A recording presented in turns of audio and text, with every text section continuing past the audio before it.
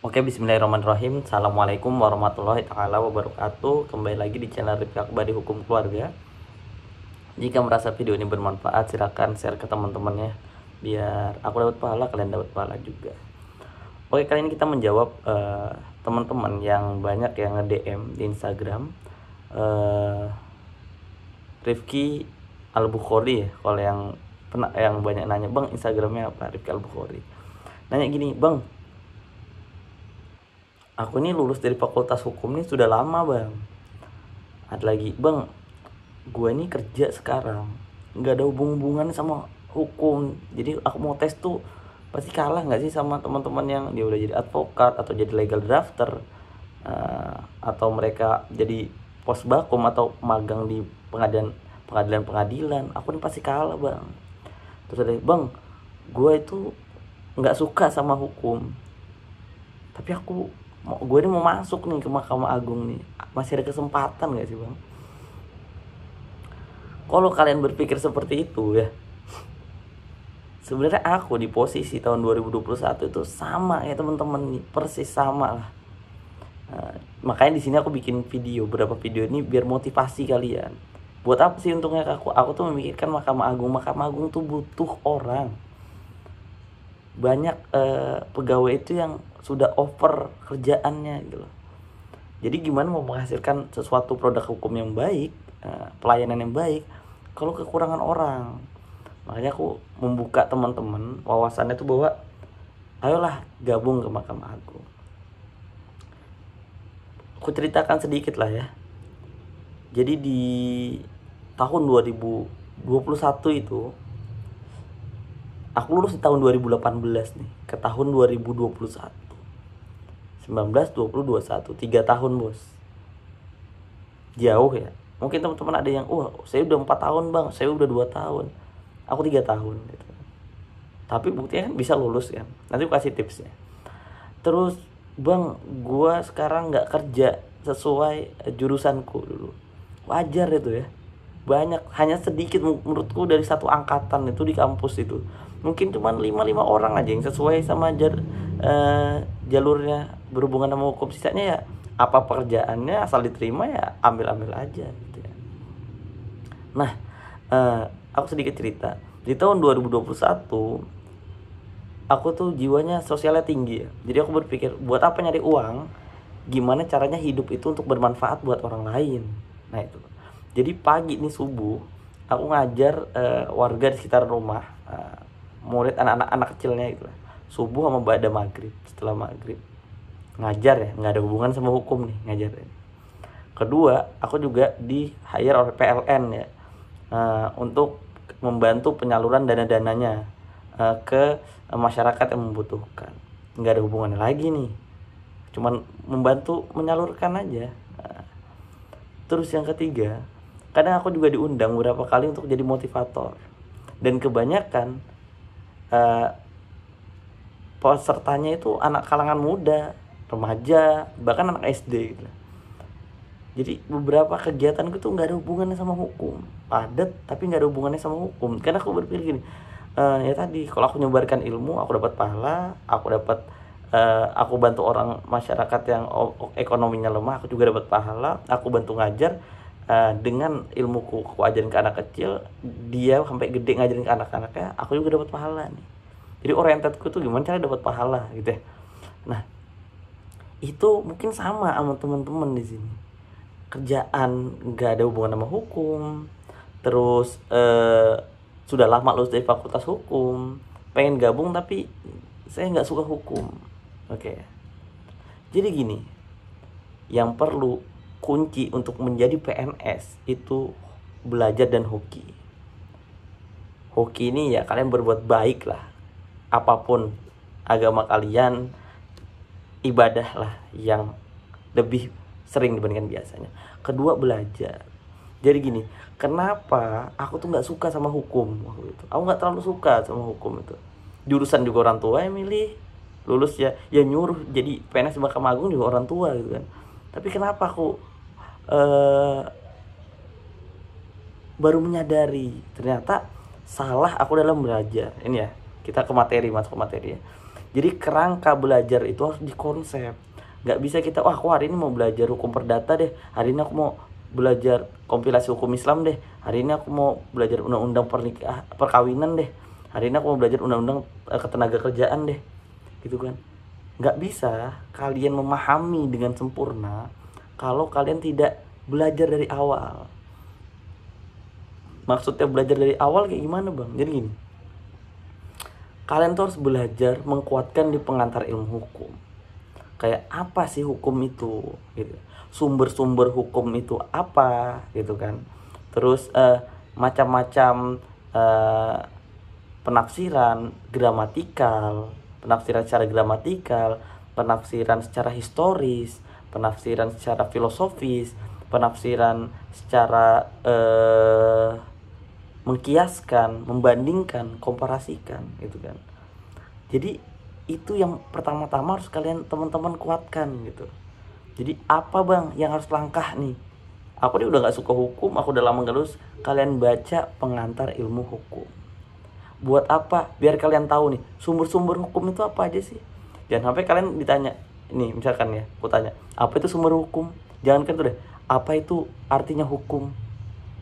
Mungkin kalian udah lulus, aku waktu itu juga, apa ya hukum ya? Udah lama banget semester 1 2014. Ditanyain 2021. Nah, itu teman-teman baca. Ada videoku yang buku bacaan itu ya. Baca lah. Nah, baca buku pengantar ilmu hukum. Males bang beli, nggak ada uang bang. Buat tusuk anak aja mending uangnya. Banyak PDF di internet itu. Baca pengantar ilmu hukum. Buat apa sih? Biar kalian tuh bisa memaknai asas-asas itu apa aja, apa bedanya asas dan norma, tujuan hukum itu apa. Ketika kalian sudah kuat mengerti apa itu sumber hukum, tujuan hukum, ilmu hukum itu sendiri itu apa, baru kalian masuk ke filsafat hukum. Jadi deh, kerangka belajar itu dari ilmu hukum kalian masuk ke filsafat hukum. Buat apa? Biar kalian tahu pendapat-pendapat dari ahli gitu. Nah, ada yang ahli menyebutkan apa sih tujuan hukum itu ya, tujuannya itu untuk menjamin keadilan, kepastian hukum dan kemanfaatan. Nah, jadi kan kalian itu pendapatnya siapa itu? Nah, kalian di situ bakal mengerti bahwa hukum itu adalah social of engineering, adalah untuk mengatur kegiatan sosial gitu, untuk mengatur masyarakat. Nah, itu nanti di filsafat hukum kalian nanti akan belajar itu. Jadi setelah kalian tahu tujuan hukum itu apa, ini pendapatnya siapa sih? Nah, baru kalian masuk nih ke filsafat hukum. Oke ya, sudah mulai masuk nih ke filsafat hukum. Ketika kalian masuk, baru kan nanti mungkin ditanya tentang hukum acara ya. Nah, ketika kalian hukum acara, kalian tuh kan harus tahu. Kita nggak bisa bilang, wah aku langsung aja baca undang-undang undang-undang peradilan agama gitu kan. Kalian nggak bisa memaknai itu kalau kalian nggak tahu sebenarnya itu ada sejarahnya loh. Kemana? Bahwa dulu kita itu pernah dijajah sama Belanda. Jadi ada kitab, ada peraturan-peraturan itu yang dari Belanda, dan itu harus kita baca sebelum masuk ke undang-undang peradilan agama. Jadi ketika kita udah dapat ilmu hukum, filsafat hukum, itu kayak kita lebih bijak. Oh ternyata hukum tuh nggak sesaklek itu gitu loh. Baru kita masuk nih. Jadi dari nanti kita di filsafat hukum belajar cara-cara penafsiran. Ketika nanti kita membaca undang-undang, itu nggak saklek, oh ini artinya ini. Enggak. Jadi ketika kita membaca undang-undang, ada nggak sih undang-undang sebelumnya? Terus penjelasannya apa sih? Nah itu ya. Apa yang perlu kita pelajarin? Kalian baca HIR dan RBG. Itu kan hukum acara ya. Pokoknya kalau kita ngelihat di situ HIR dan RBG itu sangat penting tuh. Dibaca dikit-dikit. Biar kalian tahu, oh dasarnya ini. Karena nanti pasti di soal tuh muncul tuh HIR. Misalkan bukti surat diatur dalam, misalkan forum resite diatur dalam, nah itu bahwa surat gugatan tuh dapat dibuat dalam bentuk tertulis dan dalam bentuk lisan tuh ada di pasal HIR nomor berapa. Nah, itu kan dibahasnya di HIR ya, sama RBG. Kalian tahu juga nih HIR dan RBG itu apa? Bedanya itu di mana sih? Sama nanti kalian kalau di ilmu hukum kan ada nanti sistem hukum yang terkenal itu ya. Common law dan civil law. Kalau era-era sekarang ini ada sosial, komunis gitu ya, ada yang Islam, ada juga yang Pancasilais. Jadi sistem hukum Pancasila yang baru nih buat Indonesia, walaupun kenyataannya ya civil law lah lebih mendekati gitu kan. Nah ini kalian kan harus tahu apa itu civil law, apa itu common law, negara-negara mana aja sih. Nah itu kan belajarnya di pengantar ilmu hukum. Jadi itu kalian harus kuat, baru kalian ke filsafat, baru kalian masuk ke HIR dan RBG, baru setelah itu kalian masuk ke Undang-Undang nomor 12 tahun 2011 ya. Tentang hierarki perundang-undangan itu, peraturan perundang-undangan. Kalian harus tahu hierarki Pancasila ini posisinya di mana sih? Undang-Undang Dasar Negara 1945 ini posisinya di mana sih? Sampai Perda provinsi, Perda kabupaten dan kota ini posisinya di mana sih? Fungsinya itu apa sih? Karena kan kalian nanti pasti pertanyaan terkait undang-undang gitu kan. Biar kalian tahu posisinya. Oh, ini posisinya di sini. Oh, ini lebih tinggi dibandingkan Perpres, lebih rendah dibandingkan peraturan perundang-undangan. Biar nanti teman-teman paham ketika membaca undang-undang, membaca buku itu kalian nggak sekedar baca tapi paham. Oh, ini maksudnya ini. Oke. Selanjutnya kalian baru masuk ke undang-undang terkait, misalkan undang-undang peradilan agama, undang-undang peradilan umum. Kalian baca jangan dari yang terbaru, kalian baca dari yang paling lama. Jadi yang paling awal itu misalkan undang-undang nomor 7 tahun 1989, itu pertama kali kalian baca ini. Terus ketika kalian membaca undang-undang nomor 7 tahun 1989, kalian nggak langsung baca perubahan yang undang-undang nomor 3 tahun 2006, akan tetapi kalian lihat nih peraturan-peraturan mana nih yang mendukung gitu kan. Oh, ternyata undang-undang perkawinan ini ada PP nomor 9 tahun 1975. Kalian baca nih, apa sih maksudnya? Oh, ternyata peraturan pelaksana dari undang nomor 1 tahun 1974 tentang perkawinan gitu kan. Baru habis itu kalian lihat lagi nih, ada lagi nggak sih yang berkaitan dengan perkawinan? Ternyata ada yang namanya kompilasi hukum Islam ya. Ketika kalian kompilasi hukum Islam baru tahun 91 itu ya, baru kalian masuk ke Undang-Undang nomor 3 tahun 2006. Baru kalian bedakan apa yang membuat berubah. Oh, ternyata ada kewenangan ekonomi syariah ditambahkan di sana.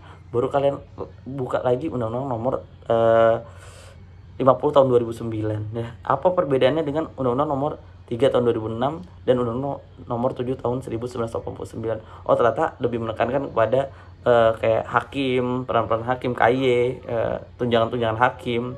Nah, itu dibahas di sana. Setelah itu baru kalian belajar Perma, Sema. Kenapa belajar Perma dan Sema?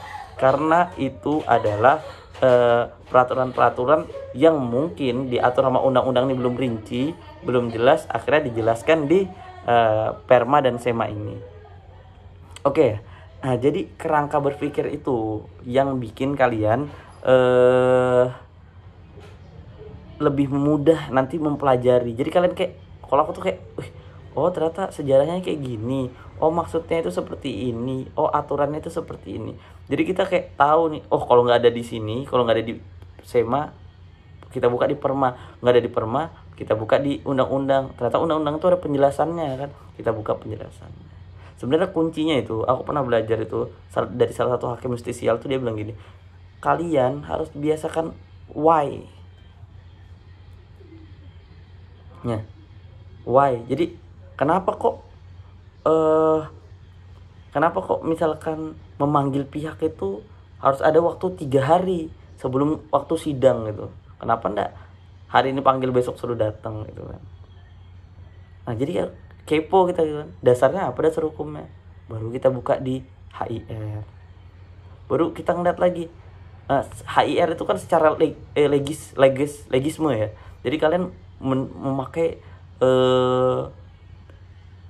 pendapat bahwa hukum itu ya undang-undang gitu kan. Ternyata ada sebagian lagi nih kalian, oh nggak bisa kayak gitu dong. Kita itu harus secara moral, Pak. Secara moral itu kalau saya ngelihat dari putusan-putusan hakim, bahwa kenapa harus kurang dari harus lebih dari maksimal 3 hari sebelum hari sidang. Karena kalau ada tempatnya itu jauh, dia perlu 4 jam dia baru nyampe ke tempat pengadilan, itu kan kasihan kalau hari ini panggil besok harus datang gitu Pak. Dia kan harus mesan dulu mobilnya. Kebetulan memang kamu tuh orangnya aksesnya susah dari rumahmu ke pengadilan gitu kan. Nah ini kan berarti dia ini mempertimbangkan secara moral gitu kan. Jadi secara sosiologis bahwa jauh juga nih jaraknya. Nah disitulah filsafat hukum masuk, pengantar ilmu hukum masuk. Jadi kerangka berpikir kalian itu lebih bijaksana dalam memaknai suatu aturan dan suatu undang-undang. Ketika itu kalian juga membaca buku, kalian nanti juga bakal terbiasa untuk mencari apa nih artinya. Nah, karena terbiasa dengan why. Buat kalian yang mau masuk peradilan agama nggak bisa baca kitab, dari pesantren juga nggak bisa baca kitab, dari masuk UIN ya misalkan gitu, kalian juga masuk aja, nggak masalah bos. Kamu tahu kan Mahkamah Agung ini sangat menekankan kemudahan untuk yang nggak bisa baca kitab. Bahkan kalau kalian nanti masuk bisa dikasih pelatihan, ada rencana untuk dijadikan pelatihan. Terus banyak kegiatan-kegiatan online sih menurutku, belajar kitab online kalau yang kayak kalian terkendala dengan pembacaan kitab kuning. Jadi seperti itu ya, jangan nyerah sebelum perang gitu. Selain itu kalau kalian benar-benar pesimis nggak bisa hukum, gedein nilai di SKD. Karena kan nanti ada 40% dari nilai SKD, 60% dari nilai SKB, kan gedein dah di nilai SKD ini. Benar-benar kalian belajar TWK, belajar TIU, belajar TKP. Nanti ku jelaskan juga nanti next video mungkin ya, bagaimana sebelum kita belajar itu kita harus memaknai soalnya dibuat ini dasarnya apa sih.